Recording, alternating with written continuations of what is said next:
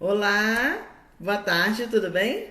Então hoje a gente retornou aqui pro Instagram, porque hoje a gente tem aí dois convidados fantásticos, a Luque Adrete, minha xará, de nome e apelido, e também a gente vai ter a presença aí do Anderson Leão, fantástico para poder falar aí sobre protagonismo digital. Então, vai chamando o pessoal. Olá, Renatinho, Marlene, Ana Carolina, que bacana. Então, vão chamando as pessoas aí, manda no aviãozinho.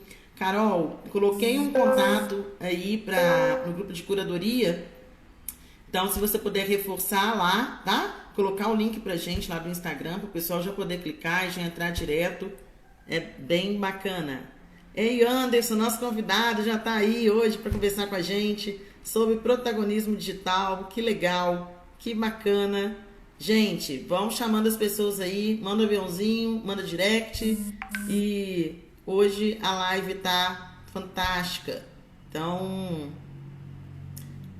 vamos conversar aí sobre esses desafios que são importantes aí. Ei, Jéssica, bem-vinda. Tudo bem? Tudo jóia? E aí, gente? Ei, Idamo, tudo jóia? Boa tarde. Tudo bem?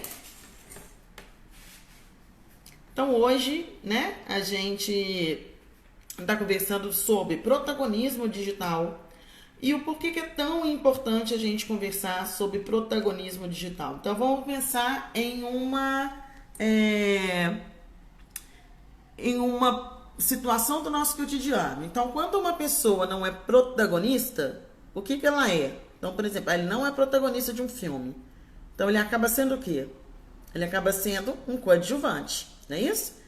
Boa tarde, Luque Adrete, minha xará de sobrenome, de apelido.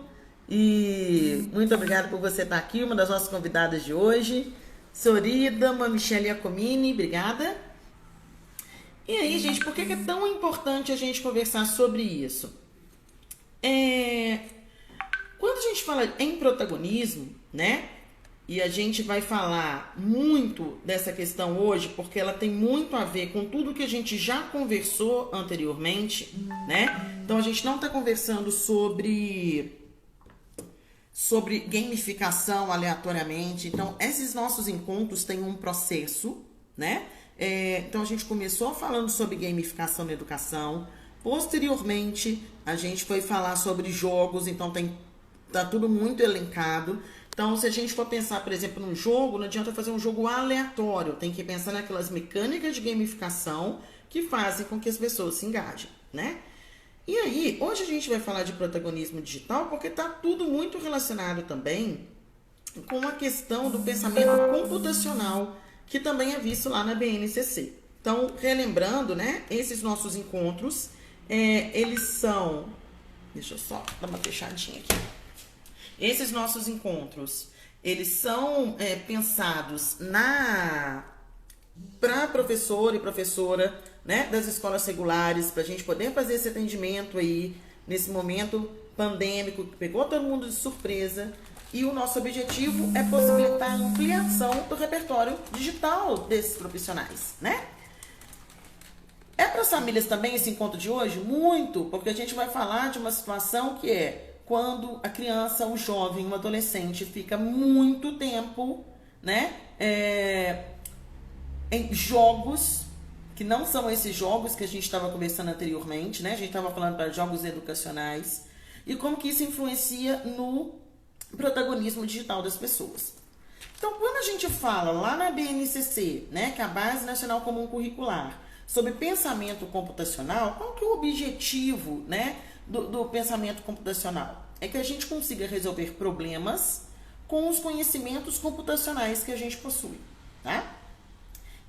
Se eu não tenho tantos conhecimentos computacionais, significa que, por essa ótica, eu vou conseguir resolver problemas, mas não utilizando esse conhecimento. Eu vou conseguir resolvendo de uma outra forma. Só que o que a gente tem percebido ao longo do tempo, né? Quanto mais a gente tem vivido, mais as ferramentas digitais elas têm ficado próximas aí da gente, né? Então, eu sempre peço, né, pra gente fazer um exercício de pensar o seguinte: imagina só quando a caneta esferográfica foi lançada.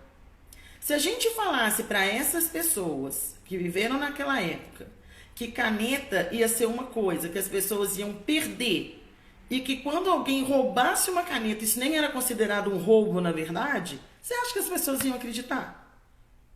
Mas eu falo, gente, essas pessoas estão loucas, né? Pensa que era o valor de uma caneta esferográfica. Não era uma tecnologia para qualquer pessoa. Então, se a gente hoje, a gente acredita que a gente está em um mundo, né, muito tecnológico, digitalmente, a tendência é que ele fique cada vez mais tecnológico. E como que a pessoa que tem pouco conhecimento computacional, ela vai conseguir se ambientar nesse mundo, né? Então, quando a gente fala de protagonismo digital e quando a gente fala de conhecimento computacional, a gente tem que ter essa preocupação, que é uma preocupação atual e ao mesmo tempo iminente, né? A gente tem visto agora, então assim, a gente passou por esse momento aqui no grupo de curadoria, né? E também de muitos alunos que a gente recebeu aqui na SOS, de situações assim, nossa, agora eu tenho que fazer home office e eu não estou acostumado com essa ferramenta digital. E isso impacta positivamente e negativamente, né, na vida das pessoas. A gente recebeu um relato ontem de uma aluna que retornou agora para fazer formação com a gente. E ela falou assim, nossa, como é que eu estou me sentindo mais produtiva, no sentido assim, eu não perco tempo com coisas que não são tão interessantes para mim, né? Eu estou conseguindo ter mais produtividade com o meu tempo. E aí, esse que é o objetivo de hoje, a gente pensar em, dada essa situação que a gente tem de muitos jovens, né, nesse movimento crescente de ficar às vezes 6, 8 horas jogando, né, com uma sociedade tecnológica que já está aí à nossa frente, né, e ela vai ficar cada vez mais tecnológica. Como que a gente vai auxiliar? Qual que é o papel da escola e qual que é o papel da família diante disso, né? Algo que é super importante, e por isso que a gente fala de protagonismo, é a gente entender que a gente não pode ser um mero coadjuvante, né? Então, quando eu tenho um adolescente, uma criança que fica 6, 8 horas jogando, ele só recebe aquele conteúdo, né? Qual que é o nível de protagonismo que essa pessoa tem? Em que momento que ela falou assim, nossa, isso aqui eu também estou produzindo. Eu me enxergo como parte daquela tecnologia. Então, tem um grande acadêmico, né, o Álvaro Vieira Pinto, e ele fala muito dessa questão assim do endeusamento da tecnologia, né? Muitos de vocês aí, se vocês conhecerem, deixa aí para mim, fala os nomes aí que vocês conhecem, de gente que coloca nome em eletrodoméstico, que coloca nome em máquina de lavar louça, que coloca nome na máquina de lavar roupa, na secadora, porque assim, aquilo é tão mágico, né? Faz parte assim do imaginário, do ambiente da família. E o Álvaro Vieira Pinto, ele fala muito sobre isso, dessa preocupação que a gente precisa de ter, das pessoas se entenderem como criadoras da tecnologia. Porque às vezes parece que a tecnologia foi algo que foi criado assim do nada, né? Nossa, de repente algo mágico aconteceu. E qual que é o papel da escola, né? O papel da escola é ter pessoas, né, que consigam se identificar como produtoras de conteúdo e produtoras de conteúdo digital. Então, se o caminho do nosso mundo é digital, as pessoas têm que se entender dessa forma, né? E vai ser na escola, né, também que a gente vai propor desafios que às vezes a família ainda não está tão identificada com essa demanda. Entende o desafio, mas não consegue propor um caminho em relação a isso. Então hoje a gente tem assim 2 convidados maravilhosos. Então a Luciane Chiadretti, ela é psicanalista, ela é psicopedagoga, ela faz atendimentos assim de várias idades, inclusive também com idosos. E ela vai conversar com a gente sobre essa questão das famílias, né? Sobre essa preocupação de estar muito tempo jogando, né? Então, assim, como que isso funciona e como que a gente também pode auxiliar nesse processo? Então, quando a gente hoje, nesse momento pandêmico, a gente fica preocupado de como dar aula online para um grupo de alunos que tem um conhecimento digital, a gente precisa de perguntar o que está acontecendo, né? Então, assim, se existe esse ato entre quem ministra as aulas, quem organiza, quem propõe e qual que é a realidade desse mundo do aluno, a gente precisa rever. Deixa eu só dar uma dica aqui para a Luque Adrete, para ela já pedir aqui para ela entrar. Gente, quem me cumprimentou e eu acabei não respondendo, peço desculpa, dizer que a Roberta aqui cumprimentou. Vi meu amigo Alexandre aí, que está hoje participando aí da live com a gente. Fiquei feliz dessa presença aí, Alexandre. Jéssica acabou de entrar, muito bacana, tá? Para conversar sobre essa demanda que tem aparecido aí, né, no consultório, e a gente vai emendar depois na Luque Adrete com o Anderson Leão, para ele poder conversar com a gente sobre essas questões de como ele, né, pode também vislumbrar aí para a gente. Ei, Lu, peço desculpas aí, né, pela intimidade, mas assim, além de uma excelente profissional, é também uma companheira de viagem de muitos anos, minha irmã, muitos anos, né? Muitos anos, e muito orgulho aí dessa profissional maravilhosa que ela é, e ela vai conversar com a gente. Ô Lu, eu vou te pedir, se você puder, abaixar um pouquinho sua câmera para a gente poder te ver melhor. É isso que eu tô vendo. Tá melhor assim? Eu tô vendo aqui como que fica tá melhor assim. Assim, tá bom? Tá ótimo, sim, tá ótimo. Então tá ótimo, então tá bom. Muito boa tarde. Em primeiro lugar, eu gostaria de agradecer a oportunidade, agradecer o convite. É sempre muito bom quando essa minha parceira, também desculpe a intimidade, me convida para qualquer coisa, fico muito feliz. E, principalmente, quando é dentro de uma instituição tão renomada e tão respeitada, que é a SOS Minas Shopping. Então, eu fico muito, muito, muito satisfeita. Eu estou acompanhando as suas lives, já não é de hoje, e precisando de auxílio. Eu preciso de auxílio. Eu preciso de saber mais sobre jogos, entrar nesse mundo digital, que para mim é uma grande novidade, né? Eu achei tão legal quando você comentou falando da caneta esferográfica. Quem é que ia imaginar que a gente podia perder uma caneta por dia e que a gente não ia ficar pobre por isso, não é? Então, esse mundo digital, ele é para mim essa loucura da caneta esferográfica, porque para mim tudo é muito novo, tudo é muito difícil. Fazer uma live é difícil e eu tô tendo que me reinventar, que estudar e que entender sobre isso, porque eu atendo muitos adolescentes e muitas crianças e jovens adultos cujo mundo deles é totalmente digital. Eles já nasceram no mundo digital. E além deles já terem nascido no mundo digital, aí agora nós vamos falar especificamente dos jogos. E qual que é o meu pedido, o meu help, em nome de muitos pais e de muitas mães. O que vem acontecendo? Muitas crianças, pré-adolescentes e adolescentes, eles têm ficado praticamente, vocês vão achar que é exagero, mas não é não, praticamente 24 horas jogando. Eles não dormem, eles viram à noite. Aí de manhã eles dormem pouco, tal, sabe? E quando tinha a questão da escola presencial, eles iam para a escola e dormiam na escola, porque eles estão cansados, porque passaram a noite toda jogando. Hoje, com a realidade da escola dentro de casa, eles têm muito mais acesso ao computador e ao celular o tempo todo, porque como que os pais tentavam delimitar um pouquinho isso? Eles tiravam o celular, eles davam tempo para a criança ou para o adolescente usar o celular, eles tiravam o Wi-Fi, mas agora já não é possível, porque eles precisam disso no dia a dia para poder estudar. Então, eles usam dessa artimanha de que tem que estudar, tem que fazer trabalho, tem que não sei o quê, e ficam jogando. E é, assim, uma coisa muito louca. E eu não estou falando aqui de vício.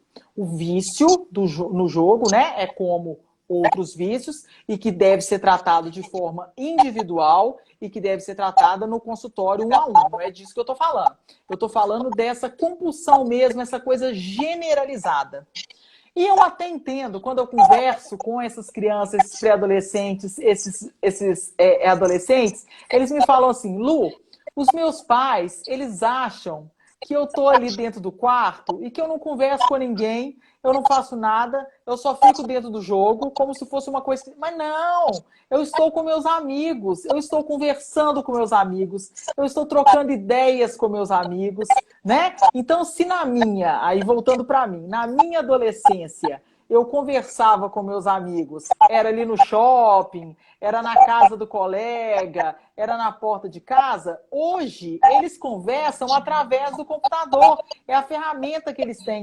Então aí eu tento contemporizar e colocar isso para os pais, para eles não ficarem tão preocupados no sentido dos filhos estarem isolados, simplesmente jogando, porque não é só isso. Eles têm uma rede de amigos, eles conversam sobre vários assuntos.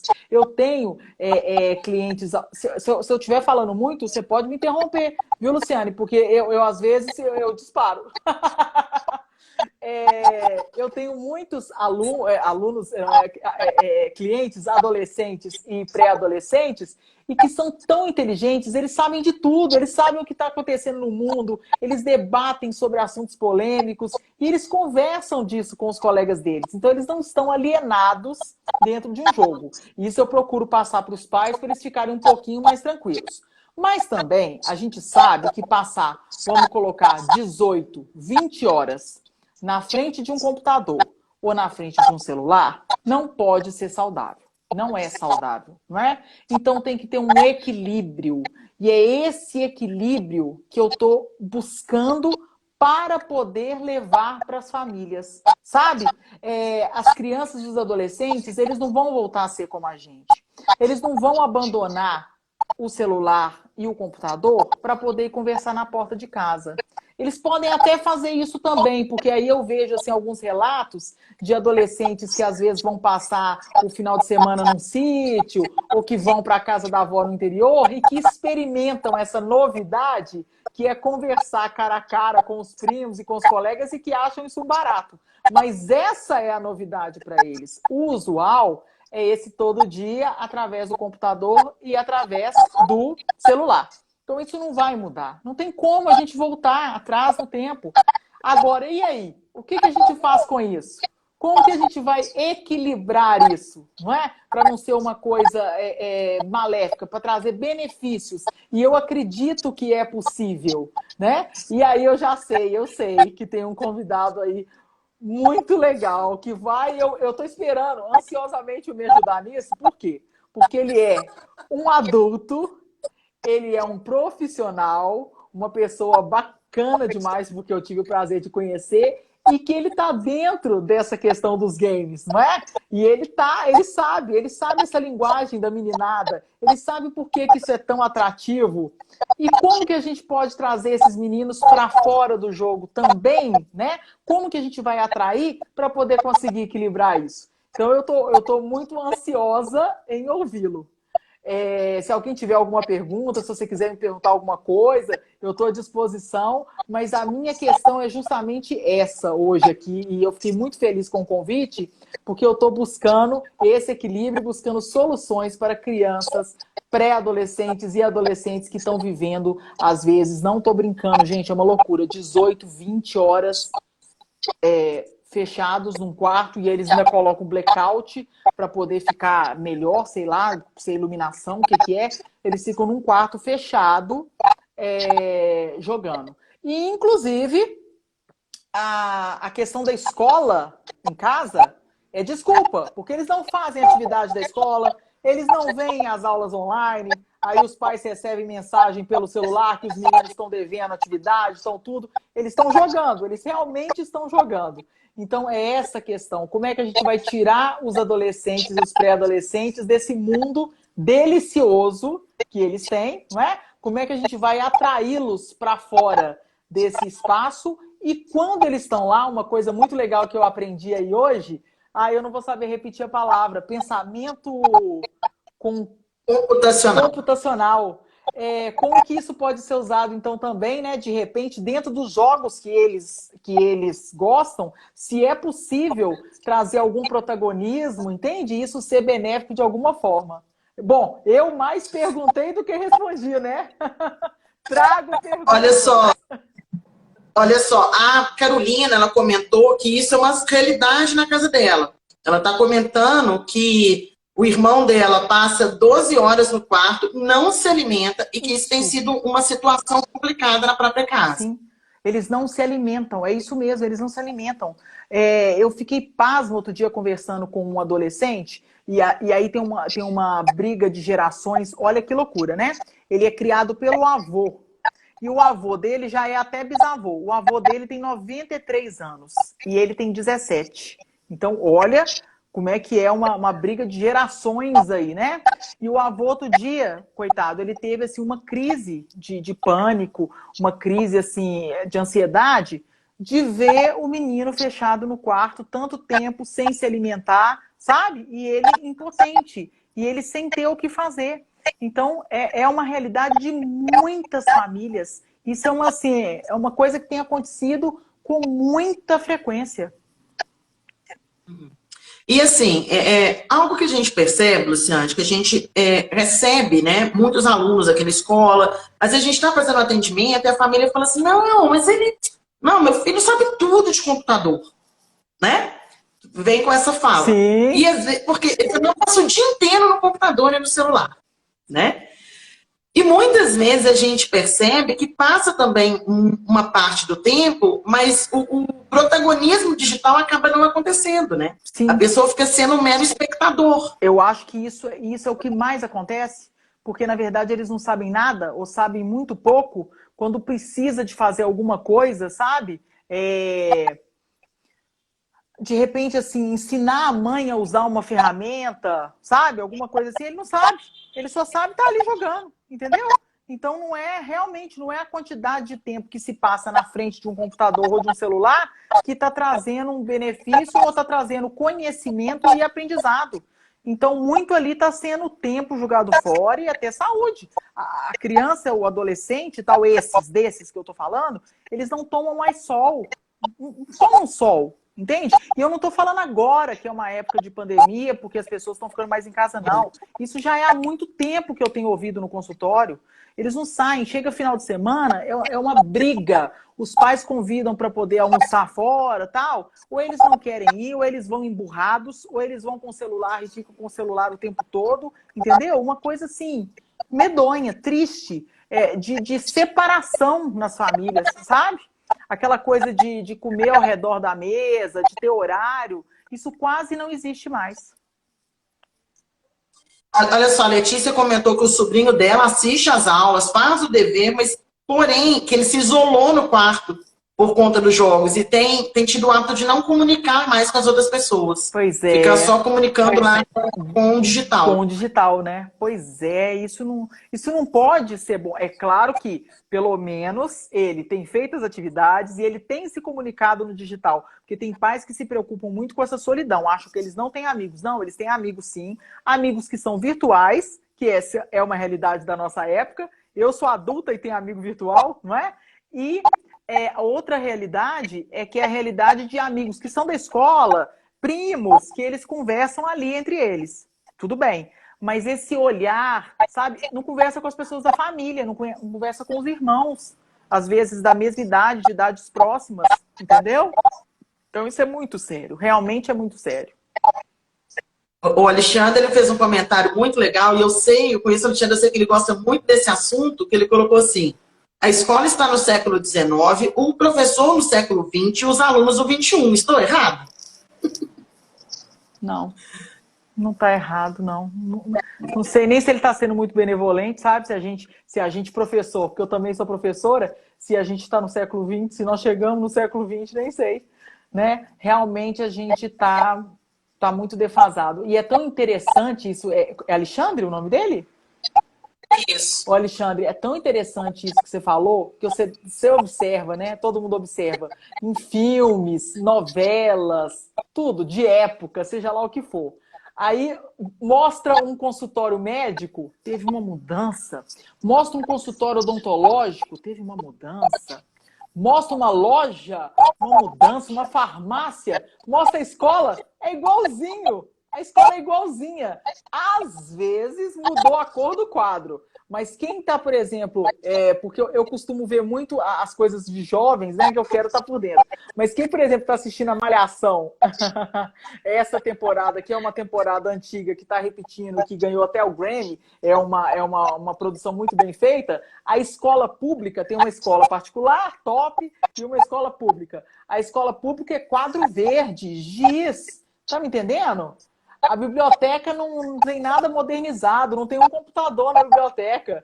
Então, nos filmes, nas novelas, em tudo, desde épocas muito remotas, os cenários foram mudando e o cenário da escola é o mesmo.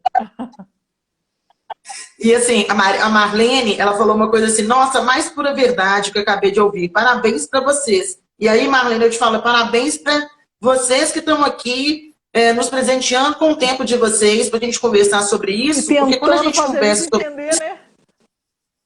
a gente muda essa possibilidade. Porque eu sei que tem gente que está aqui nessa live, que tem escolas maravilhosas. Eu já vi o nome dela subindo aqui. A Edna Roriz está aqui com a gente hoje. Que maravilha! Tem uma escola super Sim, maravilhosa, moderna. Tem escolas com uma perspectiva, escola da Serra, escolas, né? E muitas vezes dentro de escolas mais tradicionais, a gente também tem aqueles profissionais que eles querem fazer a diferença. E é por isso que a gente criou esse grupo de curadoria, é por isso que a gente se encontra aqui aos sábados 15h30, porque o objetivo da SOS, nesse momento, é ampliar ao máximo o repertório digital que a gente possa ter. Porque a gente está falando de pensamento computacional e a gente está falando de protagonismo, porque senão a gente vai ser eternos jogadores de games, né? E a gente quer muito mais.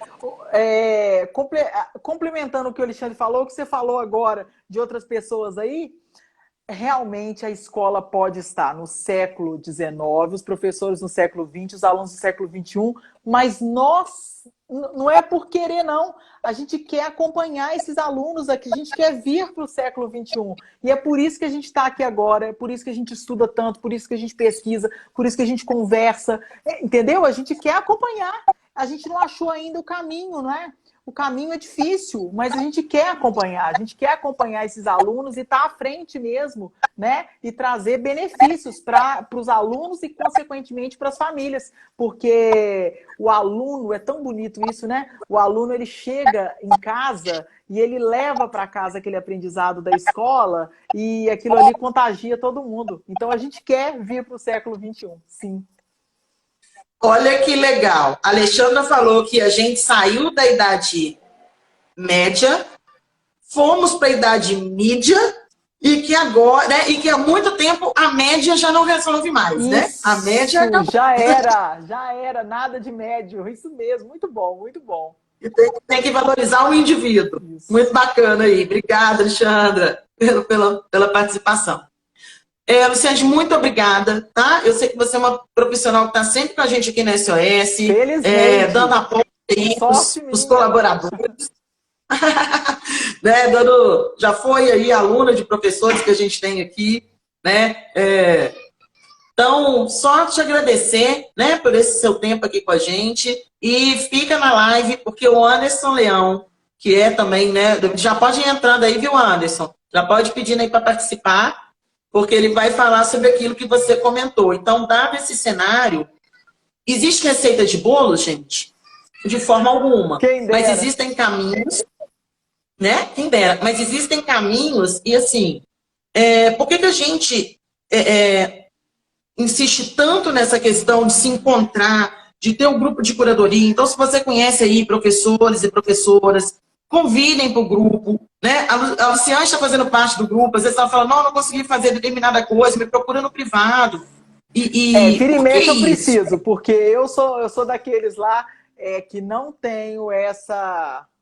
Gente, eu vou gravar isso, eu juro. Pensamento Computacional. Computacional, porque eu não consigo trabalhar com as coisas. Eu até entendo, tarará, na hora de colocar a mão na massa é uma dificuldade. Mas aqui, antes que o Anderson entre e eu caia, eu sei lá se eu vou cair, eu quero agradecer demais. Muito obrigada pelo convite, muito obrigada a SOS Minas Shop, muito obrigada a todos vocês que acompanharam, né, que estão nos acompanhando, que me ouviram, e eu estou à disposição. Quem quiser me seguir nas redes sociais é Luque Adrete, L-O-U, que é a Adrete, igual vocês viram aí. E se tiverem alguma dúvida depois e quiserem perguntar, eu estou à disposição. Um grande beijo, muito, muito, muito obrigado. E agora eu continuo assistindo, tá bom? Eu vou sair, porque eu acho que eu preciso sair para o Anderson entrar, tá? Eu vou sair Ok. e vou continuar assistindo. Muito obrigada, um beijo.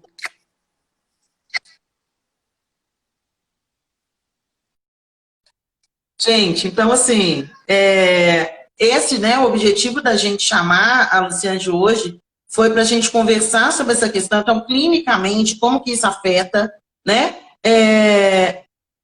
Eu vou pedir aí, o Anderson vai me mandar de novo o convite aqui para participar, porque eu não encontrei aqui, Anderson, não me xinga não. E aí, olha que interessante, né? A minha irmã, ela sempre teve menos habilidade com questões digitais. Ela sempre gostou mais de coisas analógicas, né? E ela fala assim, eu não tenho pensamento computacional, ela falou agora, né? Todos nós temos, mas a gente pode ter mais desenvolvido do que antes, né? E a SOS, ela trabalha muito com isso, né? Com essa importância do pensamento computacional. Então, enquanto o Anderson está entrando aí, a gente vai conversar rapidamente sobre isso, né? O que vem a ser esse pensamento computacional? É a gente conseguir resolver problemas com os conhecimentos computacionais que a gente tem, né? E tem vários processos aí no pensamento computacional, ou seja, de fragmentar. Então, eu consegui fragmentar em pequenas partes, né? As menores que eu conseguir, porque aí eu consigo resolver micro problemas. Eu não tenho que resolver um problema gigante, né? E aí eu consigo resultados maiores. Primeiro que aquilo me traz mais retorno, porque eu consigo solicitar, né? Assim, ver um feedback mais rápido daquilo que eu realizei. Eu também tenho possibilidade de trabalhar mais a fundo determinadas cápsulas, microcápsulas, e eu não tenho que resolver tudo ao mesmo tempo. Então, se a gente for pensar o quanto isso está relacionado com gamificação, que a gente falou há 2 semanas atrás, está muito aderente, né? Quando a gente fala de solicitação, agora achei que... Obrigada, Anderson. Quando a gente fala de trazer o pensamento computacional para a sala de aula, a gente também tem que ter claro que a gente precisa de desenvolvê-lo, né? Estou aqui com o meu grande amigo Anderson. Olá, boa tarde. Então, minha irmã já deu o spoiler aí, né? Começando por excelente pessoa, publicitário, tem um pensamento computacional aí muito desenvolvido, e ele é um gamer. Ele adora jogos, e aí a gente vai conversar sobre isso também. Só um pouquinho. Né, Anderson? Só um pouquinho. Então, Anderson, conta aí pra gente, né? Você é uma pessoa que a gente sabe que você sempre, né, chamou as pessoas para ir para sua casa para poder jogar, chamava os amigos, e como que essa questão dos jogos na sua vida, e como que foi sendo alterado isso também ao longo do tempo? Bem, na verdade, convido até hoje, tá? É uma coisa que eu com meu irmão, que está até assistindo a live, o André, a gente sempre gostou desde moleque, desde pequeno, né? Só que o assunto é tão interessante que eu vou conseguir colocar para você, expor, não só porque eu vivenciei jogar antes da minha carreira profissional, vamos colocar assim, e depois. Então eu consigo te dizer, Lu, qual que é a diferença entre um e outro. Antes eu jogava, quando morava no Rio com os meus pais. Meu pai sempre foi um cara que sempre me orientou muito a correr atrás dos meus sonhos. Então, se eu quisesse jogar, eu tinha que comprar um videogame. Não tinha esse negócio, não. Então, eu sempre joguei muito, principalmente com o meu irmão, né? E Depois, hoje em dia, eu jogo, sim, logicamente com uma quantidade menor, né? Ainda mais que meu filho nasceu recentemente, então a gente tem que saber equilibrar. E essa semana eu estava até conversando com um amigo meu que é programador, que também ele é gamer, sobre como que é a nossa visão. Esses dias ele virou para mim e falou assim, nossa, eu faria... Ele estava jogando um jogo lá e falou assim para mim, eu faria diferente, porque ele tem uma visão de programador, né? Então ele sabe que é uma coisa diferente que ele poderia fazer. E eu, né, com conhecimento em programação, sendo formado em publicidade, tendo conhecimento em design, é uma coisa muito louca, porque a gente vai jogando e avaliando, sabe? Isso aqui eu faria melhor, olha essa modelagem, que legal, olha que detalhe bacana que foi feito. Então, são duas situações muito bacanas. Antes pré-profissionalismo e pós, vamos colocar assim, né? Profissionalismo. Então, e é muito legal, porque essa semana mesmo, como eu te falei, estava conversando com ele, o nome dele é Rafael. Ele também é gamer, é programador, é um dos melhores programadores que eu já conheci na minha vida, e é muito bacana isso. Então essa é a minha história de gamer, sabe? Gosto muito, jogo, só que, como a própria Luciane falou, e falou perfeitamente, é preciso saber equilibrar isso, não é?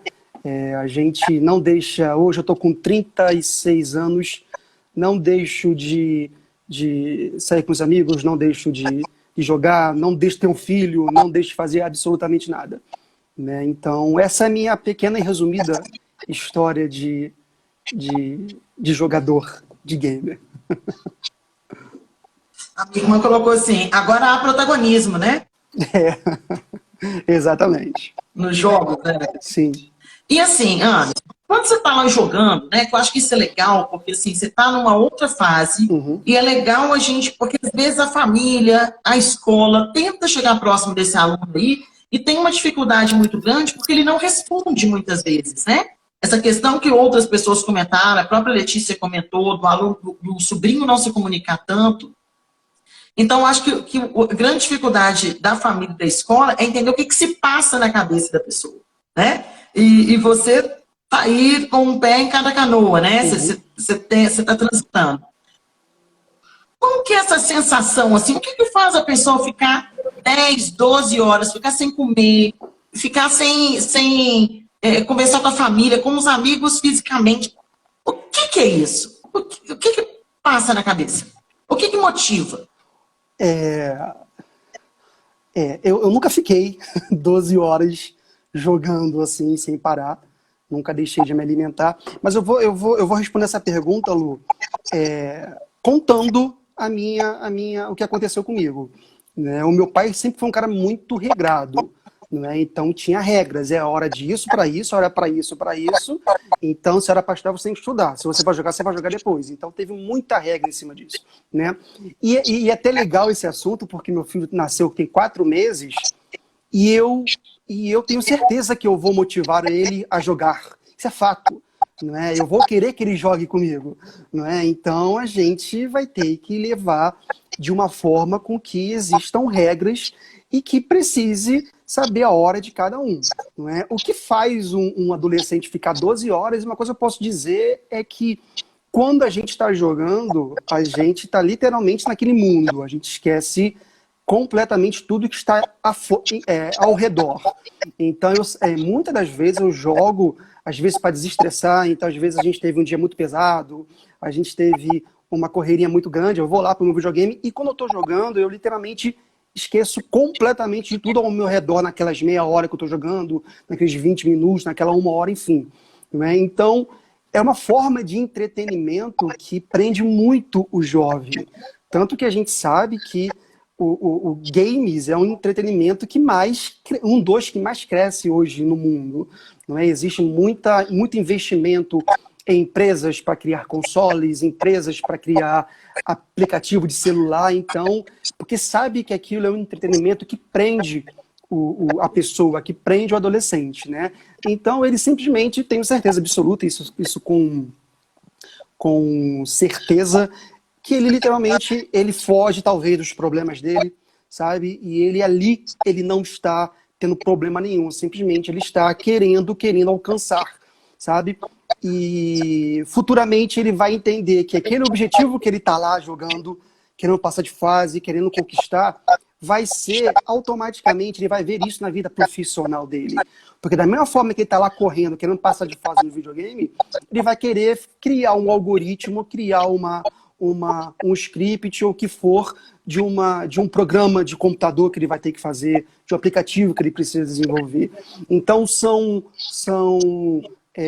coisas parecidas com ramos diferentes, sabe? O adolescente, às vezes, de 13, 14, 15 anos, ele não tem noção que aquilo ele vai levar para a vida dele. Ele vai levar, isso pode ter certeza. Então, da mesma forma que hoje eu estou jogando videogame e eu estou querendo jogar porque eu estou querendo passar de alguma coisa, quando eu estou produzindo alguma coisa para mim, para minha escola, ou para qualquer coisa pessoal, às vezes tem até mais garra e mais vontade de você querer fazer. Não, eu tenho que sentar porque eu tenho que fazer aquilo, entendeu? É a mesma coisa que acontece com videogame, sabe? Mas eu fui muito regrado, meu pai sempre foi muito regrado comigo, ele sempre focou muito em estudo. Tem que estudar, você pode jogar? Pode, você vai jogar depois que você estudar. Então, tanto que joguei videogame quando eu era moleque, só que eu tive os meus videogames mesmo depois que eu fui adulto. Porque aí eu comprei com meu dinheiro, dei mais valor, tudo bonitinho, né? Mas o que prende, a gente sabe que esse negócio aí de videogame, de gamificação, é uma coisa que é muito interessante. Quem não gosta de jogar, né, Lu? A gente sabe disso. Quem não gosta de ficar lá estourando, como é que fala? Pirulitozinho, não sei aonde. A gente gosta de ser desafiado. E o adolescente, ele é assim, ele gosta de ser desafiado. E quando ele é desafiado, ele vai e fica o tempo que ele achar na cabeça dele que tem que ficar na frente de um computador ou de um videogame. Não é, lógico que não é saudável, como a Luciane falou, e tudo tem que ser regrado, mas tudo que é regrado e tudo que existe limite sempre vai ser bom para todo mundo. Ô, Anderson, e você falando aí, né, a gente vai pensando, né, sobre as questões, você falou uma coisa que, super interessante, assim, que é essa coisa, né, da garra da pessoa. Então, por exemplo, se a pessoa também está lá jogando, ela está num micromundo. Isso. Em que ela é um baita de um piloto de corrida, isso. Ou que ele é um jogador de futebol que só faz gol, porque quando ele está lá no pé soccer, por exemplo, ele escolhe o time dele e ele vence, e ele é melhor, né? Então, assim, o que não passa nesse imaginário? Sim. Né? Ele ali, com certeza, ele se sente, talvez, muitas das vezes, como ele não se sente, vamos colocar na vida real dele, né? Ali, ele, quando é entre os 10 ou 100 melhores jogadores daquele videogame, sabe, daquele jogo, ele sabe que ali ele é reconhecido, ele sabe que ali ele tem algum, vamos colocar, um fã-clubezinho, sabe, que ele é o centro das atenções. Então, muitas das vezes, ele tem ali um reconhecimento que às vezes fora ele não tem, não sei. Não é? Então, muitas das vezes ali, ele tem uma atenção que às vezes fora ele não tem, sabe? Então, às vezes ele quer ficar naquele mundinho dele lá. E com certeza não é para ficar só jogando 12 horas, é porque prende a atenção dele. Ele se sente importante naquele mundo. E hoje, com a tecnologia, né, Lu, a gente sabe que os jogos estão de uma forma... estão sendo produzidas de uma forma tão bem feitas que é para prender a pessoa. Sabe? Ele é conduzido de uma forma que vai prender a pessoa a jogar. E quem não tem o equilíbrio fica 12 horas jogando. Não tem jeito, não é? E para a gente finalizar, me conta uma coisa, Anderson. Então, se a gente for pensar nessa questão de um jogo e de uma sala de aula, de uma formação em informática, a concorrência é desleal? É desleal. Porque, como eu te falei, né, hoje eu gosto, você sabe disso, me conhece há muito tempo, eu sou um cara que eu gosto muito de design. Né, eu gosto muito dessa área, tanto que eu sou formado em publicidade. Né, então, é surreal a cabeça que eu tenho hoje quando eu pego um jogo, não só, quando eu falo jogo, não é necessariamente no videogame, pode ser em qualquer lugar, pode ser no celular, no videogame, no tablet, o que for, né? E como que a gente viaja naquele jogo, mas não viaja na história. Viaja no tipo assim, caraca, como é que eu não pensei num negócio desse? Nossa, como é que eu não desenvolvi isso? Olha que legal. Aí você pega a estrutura do personagem, sabe, que hoje é muito bem feito, né? Hoje a realidade é quase a mesma, o trabalho é muito bem feito, e você fica vendo como que a pessoa desenvolveu, como que a equipe que criou aquele jogo desenvolveu daquela forma, sabe? E quando a gente encontra uma área, vamos colocar a área de informática, né, que está muito envolvida com games, sabe, você se encontra. Esses dias mesmo, meu irmão, ele é bancário, né? Ele virou para mim e falou assim, cara, eu quero fazer uma faculdade de games, porque é uma coisa que ele gosta, cara.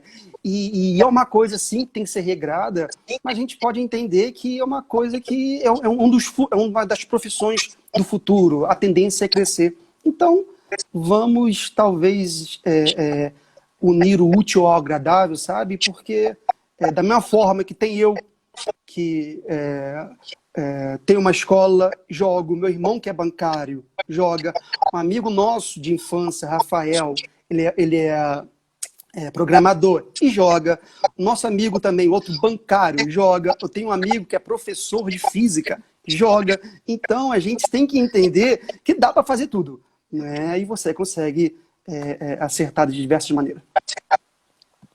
Anderson, muito obrigada. É sempre muito bom conversar com você. E, nossa, muito obrigada mesmo. Acho que foi elucidativo para muita gente que queria entender o que passa lá na cabeça daquela pessoa que não comunica, às vezes, com a gente.